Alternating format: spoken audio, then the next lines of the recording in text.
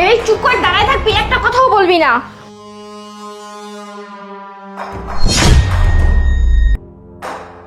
শোন, যা দেখছিস না সব কিছু ভুলে যা, কিচ্ছু বলবি না, বুঝতে পারছিস? ওখানে যা যা হয়েছে কিচ্ছু বলবি না, ঠিক আছে? ঠিক আছে। বৌমা, কি ব্যাপার? একটু আগে শব্দ শুনলাম, কিসের শব্দ? শব্দ? বাবা, কোনো শব্দ তো শুনতে পাইনি। কিসের শব্দ? কিসের যেন একটা জোরে আওয়াজ হলো। আমি ভাবলাম। স্যার এই চুপ, কি বলতেছিস? কাজ কর তাড়াতাড়ি। এই, তুমি কি বলতে চাচ্ছ? কাজের মেয়ে, কাজ করো, যাও।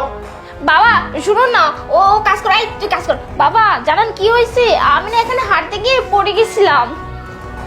কি সর্বনাশ!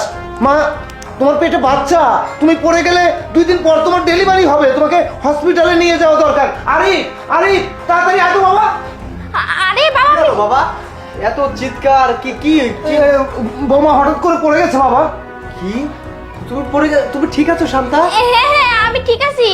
আরে বাচ্চার তো কোনো সমস্যা হবে না? না না, সমস্যা মানে যে শাড়িটা পায়ে লেগে পড়ে গেছিলাম, আমার কিচ্ছু হয়নি, লাগেনি বেশি, ঠিক আছে। না এটা তো আমি মানতে পারতেছি না, তোমাকে এখনই ডক্টরের কাছে নিয়ে যাইতে হবে, কারণ চেক আপ করানো লাগবে।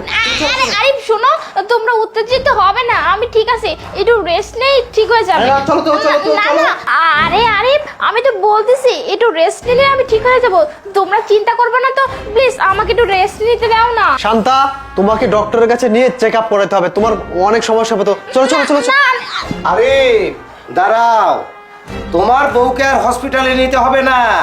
তোমার বউ পেটে বাচ্চা নেই, তোমার বউয়ের নকল পেট বানিয়ে, বেলুন দিয়ে পেট বানিয়ে এতদিন বাচ্চা হওয়ার নাটক করেছে। বাবা চুপ! কি বলো তুমি এসব আজে বাজে কথা? নিজের ছেলের বউকে নিয়ে এরকম খারাপ কথা বলতে লজ্জা লাগে না তোমার? ও, আমার কথাটা বিশ্বাস হচ্ছে না? তাহলে এই দেখো।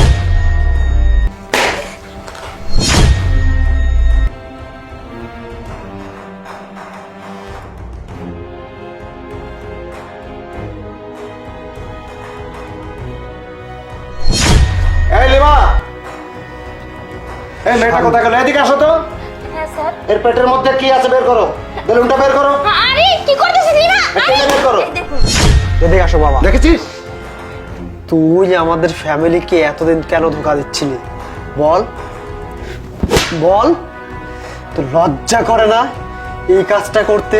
সি সি সি, তুই মানুষ রূপে একটা জানোয়ার।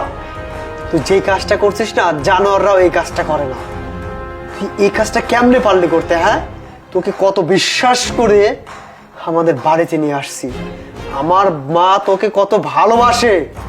আজকে যদি আমার বাবা ঠিক মতো যদি এই ভিডিওটা না করতো না, তাহলে তোর আসল রূপ প্রকাশ পেত না। সি, এতটা খারাপ।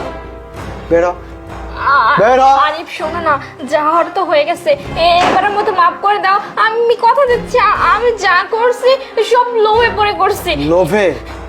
লোভ এখন বের হয়ে যাবে। এই যে আমার বাড়ি থেকে বের হবি না, তারপরে মানুষের কাছে রাস্তায় রাস্তায় ভিক্ষা চাইতে হবে, কারণ তোর বাবা তো অত সম্পত্তি নেই, গরিব মানুষ। যা বের হ। আরিফ একটা সুযোগ দাও, বেরো। আরিফ প্লিজ।